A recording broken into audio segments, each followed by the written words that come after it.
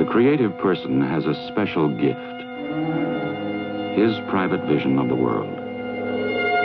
Through words, ideas, images, he touches our view of the 20th century.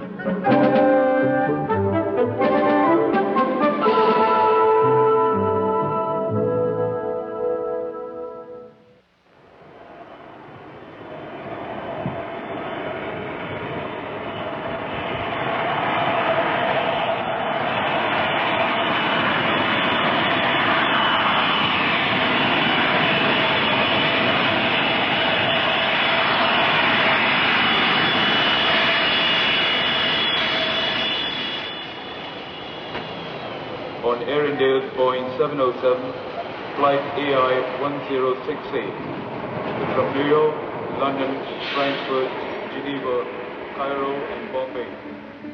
This man is a film director. He lives in India. Though his background is Indian, there are many Western influences in his work. Though his films are Indian, they have reached out to a worldwide audience. In them, a gallery of men and women depicts the shifts and conflicts of this century. The stories are of India. The human problems and emotions are universal. Yes, I had a film at the festival. This is my latest one, Nayak, which means the hero. It's about a film star and study of what sudden wealth and fame does to an ordinary middle-class young man. It got the prize for direction, so I think it went over quite well. People seem to enjoy it. It just happens that I have had a film every year in some festival or the other over the last 8 or 9 years. So I've been to Moscow, I've been to Berlin 4 times, been to Venice. My first film, Portrait Machali, the first part of the trilogy that I made, got a prize in Cannes. I didn't go that time because we had no money. And then when I made the second film, that was sent to Venice. Then I was able to attend the festival. And that got the Grand Prix. That has been a great help because I have a sort of a foreign market now, and quite a number of my films have played abroad, in Britain and the States. I've served on the jury at Berlin, in Moscow, in Brussels. The pace of the film, the very texture of the film is changing, and so there's a widening of thematic range. Along with it, a different mode of expression, which is dictated by the cutting and the use of the camera and lights. So I've been noticing really very deep and significant changes in the style of filmmaking. My roots here in Bengal, and a trip abroad is good for looking up friends and taking a look at the latest films, but my work is here, and I was born in Calcutta and I was brought up.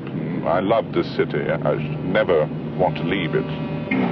I do feel very strongly about Western cities and the behavior of people in general that it's terribly mechanized. They're not their own masters, it seems sometimes.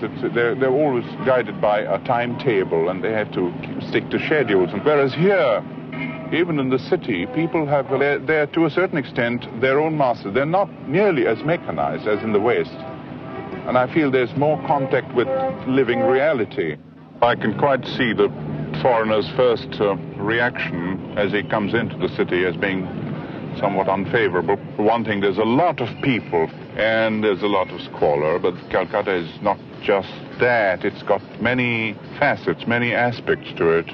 It's an extremely rich and dense and complex city, and as a filmmaker, that is what mainly fascinates me, because even now I keep on discovering parts of the city which I'd never known before. It's very lively, and it's intellectually very alert, because we have a very strong theater movement, literary movement.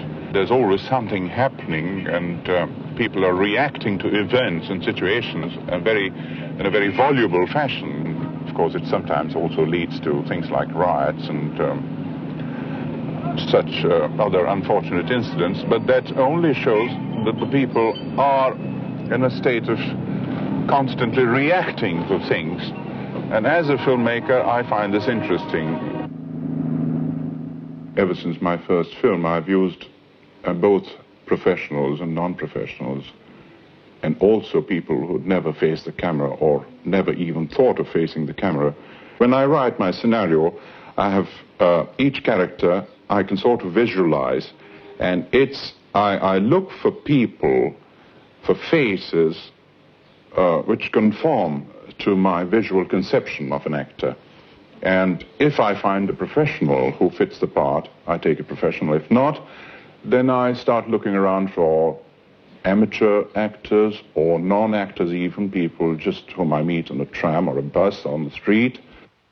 There's a belief that all children are natural actors, which they're not. I had great trouble with a boy in Pathirpachali. He was very shy, and I had to use all my patience, my persuasion. I treat them as adults. I sort of take them into my confidence and whisper instructions to them. And I find that after maybe the first day or the second day onwards, they're very obedient and they do what I ask them to do. That's my method with children, and there are various other methods which I have to use with various other actors. It's never a set method with any actor. I've kept it sort of flexible. I get to know the person, and then I use a certain method which I think will work best in terms of that particular actor.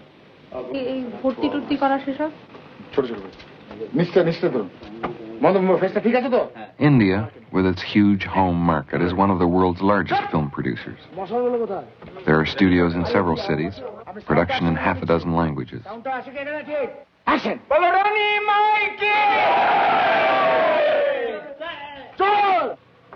In contrast to the flamboyant style of picture making common to India, Satyajit Ray works in a thoughtful, considered way.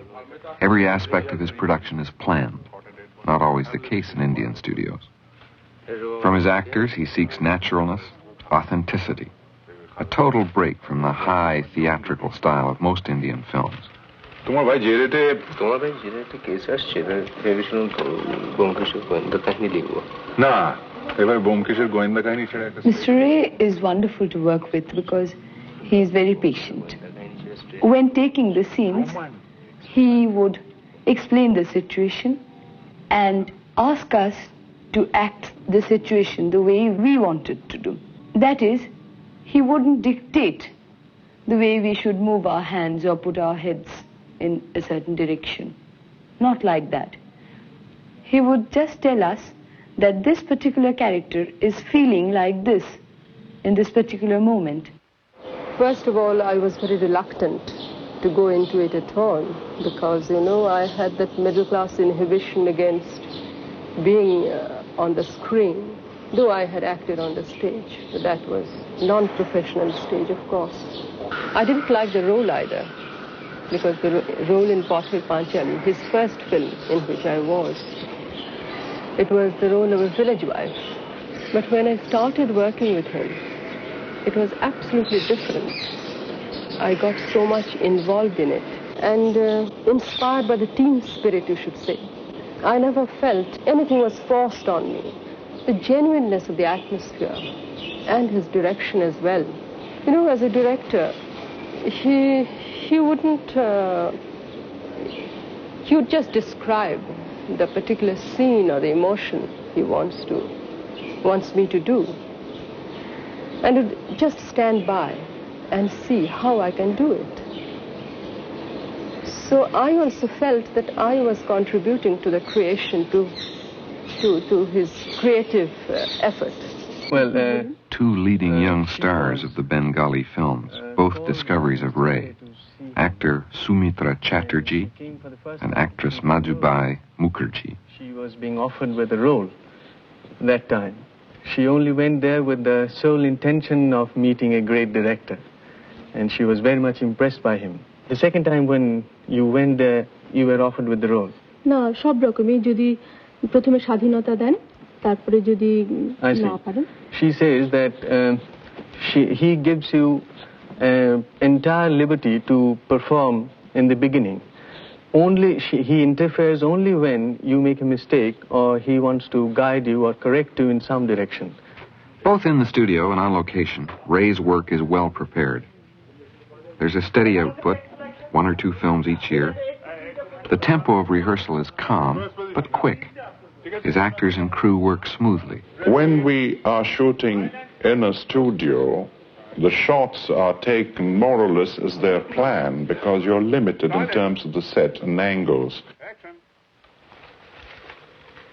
আবার ওটাকে নিয়ে পড়েছো? আপনি বললেন না মানে? হ্যাঁ, আচ্ছা বলো। বিচিত্র জীব এই সাপ, একটু কাছে নিতে হবে এখানে আমাকে। সাপকে দেওয়া চলে না। আচ্ছা ঠিক আছে, ফাইন, ঠিক আছে, fine, taking, come on, okay for sound. On location, you are always improvising, finding new angles, making sort of last-minute decisions which affect the original shooting script, the shooting scheme, shall we say. So in a way, it's more exciting on location because you are being more inventive in a sense. Taking that? Taking. Color cover down. 2 by 1, take 1. Action. এটার কি নাম দেওয়া যায় বলতো? আবার ওটাকে নিয়ে পড়েছো? হয় ওটিকে বিদায় করো আর তা না দাও। While in the studio, which is not bad perhaps because you work more or less according to your plans, shooting plans, you see. সাপকে দেওয়া চলে না। Cut. Fine. আরেকটা নিয়ে নি ভাই, আরেকটা নিয়ে নি, just one more. ভাই আচ্ছা লাস্টে ওটাটা না একটু রিল্যাক্স, একটু relax.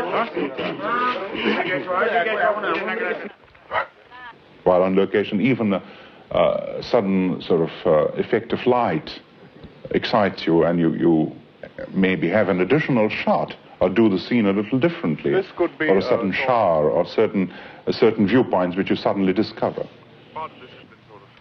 Village India, seen through the lens of Satyajit Ray, has come alive for audiences in many countries. In his early films, it was the day-to-day life of rural people that he portrayed. European films and directors, Jean Renoir, John Huston, gave Ray his early inspiration. Learning from the films of Europe and America, he achieved an insight into the life of India that no other medium could convey.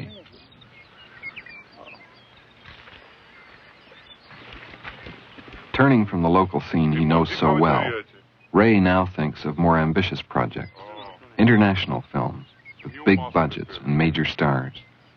He's planning now a science fiction story to be filmed in India. One could have the characters passing, and this has a certain atmosphere, kind of a meeting place with roads, with a pathway from that side, one from that side, one from that side. It's a kind of a junction. And you have enormous big trees here, the tamarind and the bow tree there. We consider it first from the point of view of the story, whether we actually need a place like this. It's nice. One could take a 360-degree pan here. The power of his films comes largely from authenticity, character, and atmosphere. Seeking out houses, landscapes, villages, the precise look of a place he has in mind, Ray combs the countryside in his exacting search. And it's certainly much easier working in a village than in a city, like Calcutta, for instance.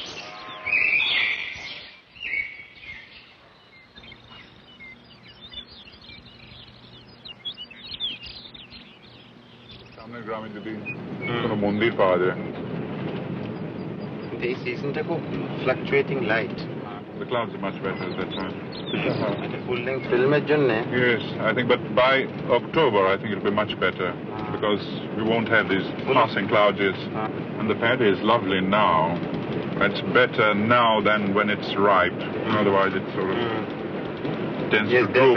You get the breeze playing on them now.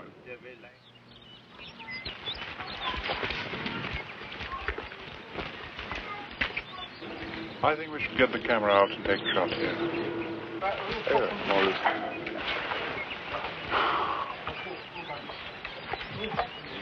I think we'll shoot it with the sun. It's so typical of the Bengal village, you see, we have to have a temple, either one or two together. And it's an inevitable part of the conventional Bengali village. And the trees all around and everything makes a nice picture. This is a fairy tale, so we need compositions that are very strong pictorially. Ray's first film was literally an amateur production, but it won a prize at the Cannes Film Festival in 1956. And ever since, he has insisted on working by his own methods in his own style. Well, let's get the camera. Well, I'm used to certain things now, which, for instance, I have a cameraman who does the lighting, who used to operate the camera before, but now, for the last 3 films, I've been operating my own camera, and I find, using an Arriflex, that I find the best position to judge the acting is through the lens. I think he knows exactly what he wants. I don't find it difficult. Sometimes it's advantageous for me because I feel like a cameraman having a camera operator. And I think it's very good for the cameraman because he can see the lighting during the take.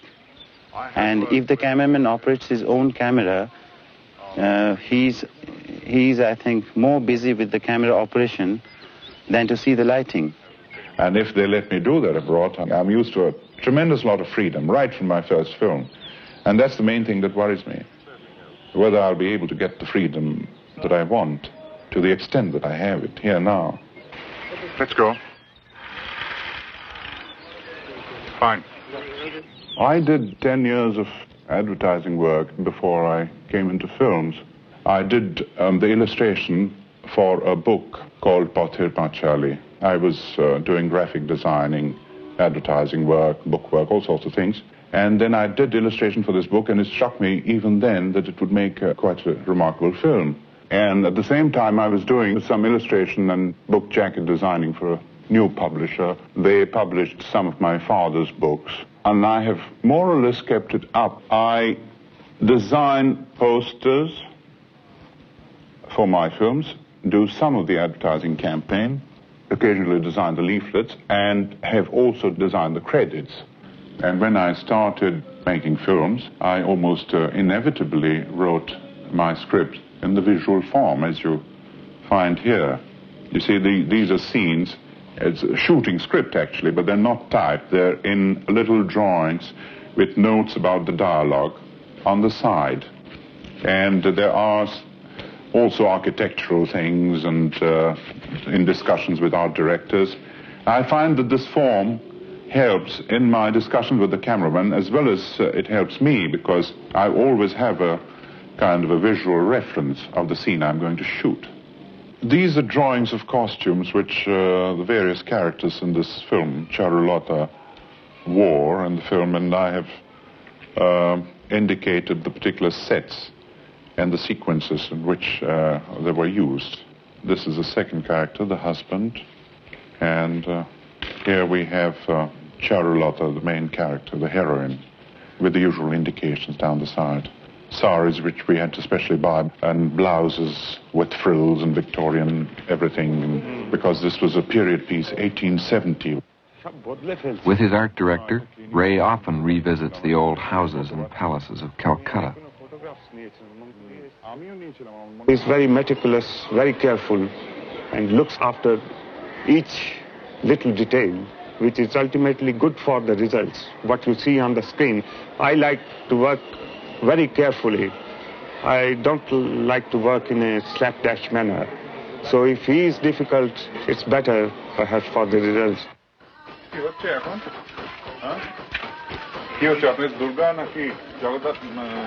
Among the stalls of traditional craftsmen, the smiths, carvers, and idol makers, he soaks up the atmosphere and detail of the crowded city. His intimate awareness of detail, of the texture of daily life, gives to his films the feeling of reality, of truth.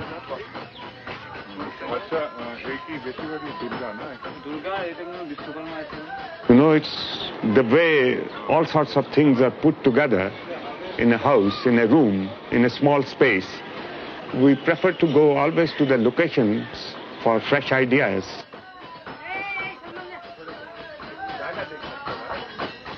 They're not the conventional iconographic pattern. আপনি ভেতরে কাজ করবেন না এখন? আপনি ভেতরে আসলে He takes care of all the details, particularly because I think the properties in the room, in a house, belong to the character. That's why the details are so important. The look of the details, the look of the properties, its age, the style, so many things. Inside the drawing room, that's a wonderful idea, I think. We know this house very well because we've been here before looking for props. This belongs to Mr. Mitter, whose son was at college with me, and as you can see, they have a wonderful collection of period pieces, and I have made something like 3 or 4 period films. Some of the best pieces of furniture, tables and vases, and clocks and escritoires have come from this house. And we also get props from auction houses on loan, but the best things have come from such houses as this one. This window with the decoration on the pane struck both my art director and myself as being something quite special and very beautiful. So we use this as a model for our windows in my film Charulata. Calcutta is proud of Ray, the native son who has projected the life of Bengal before the world. Wherever he goes in the city, he's known by people in all walks of life. If it's in the morning and if it's in the north, you can be chased or surrounded by schoolboys. They sort of pester you for autographs, and sometimes they just follow you wherever you're going.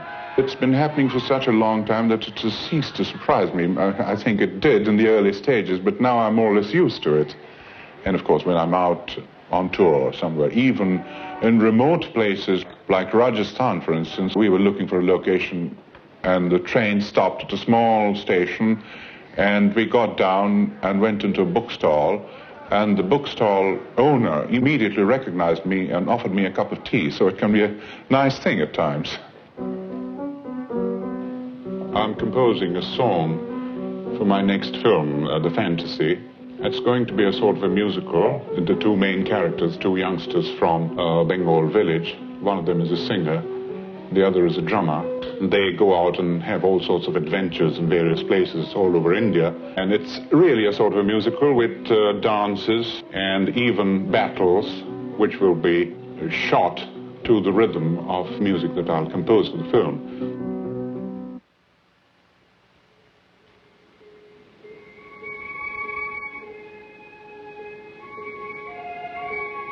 This is a piece of music from my film Charulata, which has a Scotch ballad as the basis of the tune. This song was used in a Bengali version by Tagore in the film. It was sung by the heroine, and this comes back several times in the film, and I use Western instruments mainly, such as violins, a vibraphone, a xylophone, cellos, in combination with Indian drums. And this is a common device which I often use in this film, since it had a very sophisticated westernized setting. It needed that.